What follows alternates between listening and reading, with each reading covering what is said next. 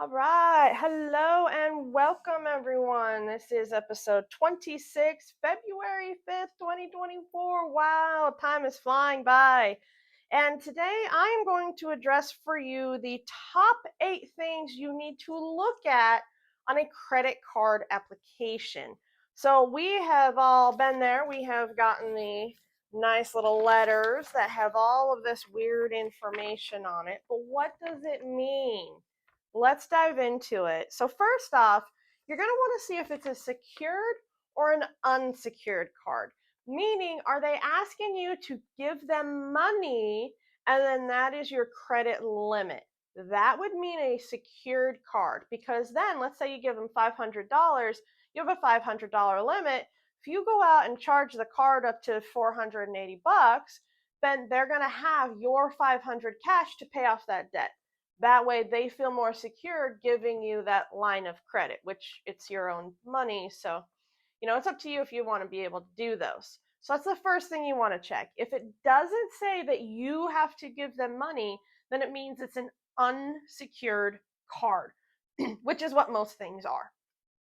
All right, so we are going to look at the flyer, turn it over to the back. Very first thing that we are going to be looking at is an annual percentage rating. Look at that number.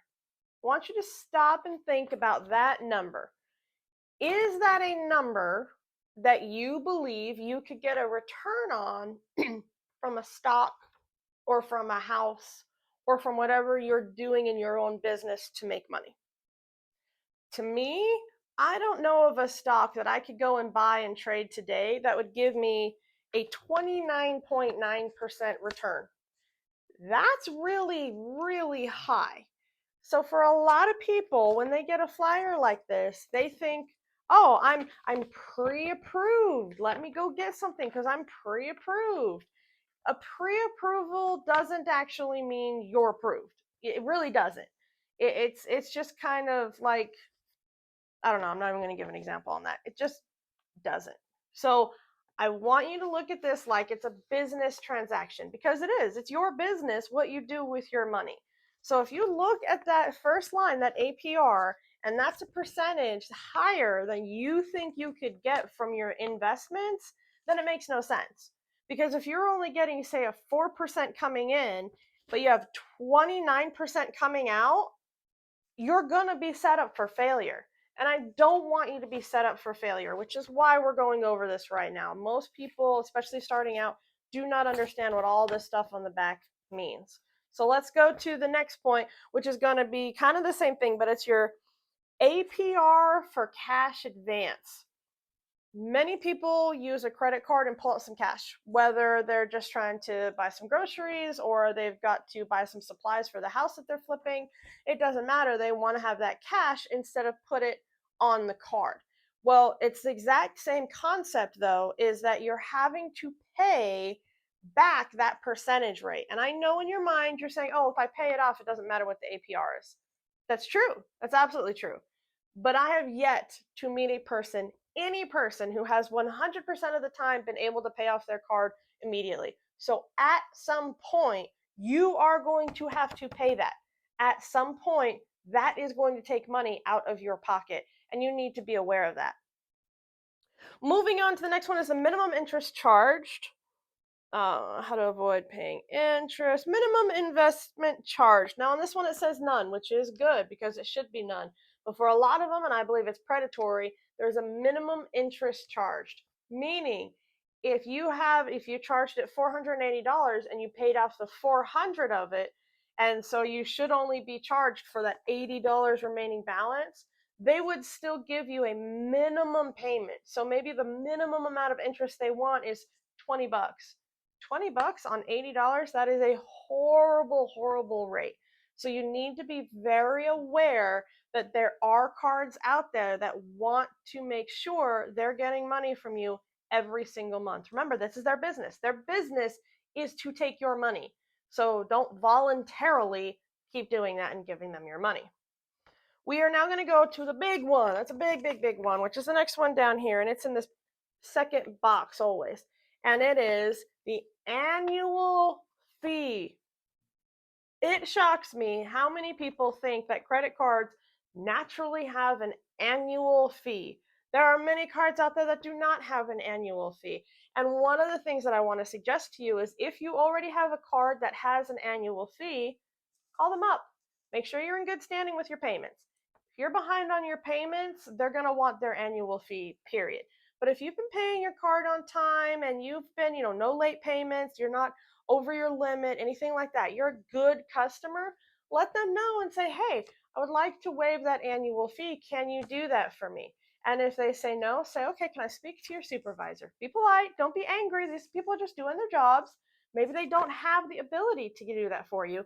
Speak to the manager. Once again, be polite. Hey, I've been a card holder since this year. I've never had a late payment. I've always been on time. Can you waive that annual fee for me? If they say yes, fantastic, you saved it. If they say no, then you say, okay, I would like to close out my account today. You don't need to be dealing with credit card companies that are forcing you to pay because you're giving them business. That makes no sense whatsoever. You're the one giving them the business. You should not have to pay them for the privilege of them getting your business. Does that make sense? All right, transaction fee. This is a cash advance. It's saying that there's going to be an extra fee on your cash. So not only do they charge you for the cash, they also charge you at the time you're taking out your cash. I want you to see that. Remember, it is their job to take your money. So it is your job to make sure you're keeping your money. Does that make sense? All right, penalty fees. This one has a late penalty fee and a return payment fee. Okay? Once again, these are all the fees you need to be aware of. And maybe you set up automatic payment and it works for 2 or 3 months. Then 1 month it doesn't work for some reason and they're suddenly charging you a fee. What the heck? Happens to a lot of us. Just because they might update their software on their side. You didn't do anything wrong, but they updated it and suddenly you're being charged a late fee and they will not reimburse it for you. Once again, that'll probably be a card that you would want to close. But I just want you to be aware of that extra fee. And then the last one that we're going to cover on this is the credit limit. And of course, it's saying that you don't know what your credit limit is, but I brought it up because I think it said on here somewhere that in as little as 6 months, you may receive a credit line increase. Notice they said may, there's no guarantee, but you may receive a credit limit increase by making your payments on time, staying below your credit limit, and keeping all your accounts in good standing. If you already have a credit card and you have done those things, you've had your payments on time, you've never gone over your limit, it might be time for you to call them and ask them, hey, can I get a credit limit increase? You don't need it, you're not going to use it, but it helps your credit score because it's going to show that, let's just say you have $1,000 right now of all your credit cards and one of them ups it by 200 bucks. That's fantastic. Now, instead of saying I have 1,000, you now have $1,200. So you keep your balance the same, but this versus this, that's a big improvement in the eyes of the credit card companies. So that's an overview of the top 8 things you need to look at when looking at a credit card. And I'm going to leave you with a little bonus tip because I think it's very, very important. When you get an offer, it means you don't have it yet, right? So if you're tempted to get that credit card, I want you to sit down and write out a plan for that credit card. You need to say, why am I getting this credit card? Am I getting this credit card because? That's a horrible plan. That's a horrible, horrible plan. You need to be spending consciously. That's the whole point of the spend account. Know your ceiling, know your floor, and stay within the two of them, and you're going to be happy and fine. This is going to affect you.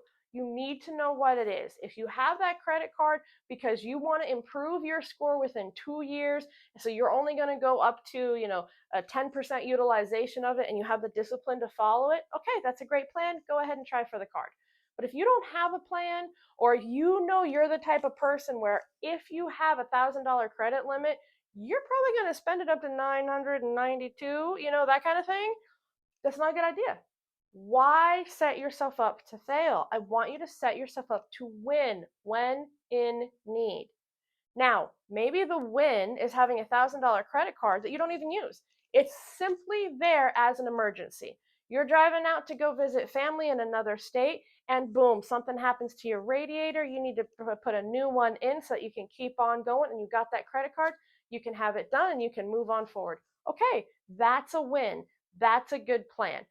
But you need to have a plan getting into the credit card. So thank you so much for sticking around to the end. I really appreciate it when you come here. Check out the link for the description below to get my book, Your Money Sign. I know it seems like a big one, but every Friday I read a chapter of it, or I should say a segment of it, to show you how quick and easy it is to read. So go ahead and check out my playlist, Book Lovers Friday. You can also check out the description below for some of my suggestions for planners, pens and clipboards that I use all the time, just different things that might be helpful for you on your journey, on your financial journey. So thank you so much for being here, and I will see you on the next one. Ooh, button. And it didn't work. Why isn't it working?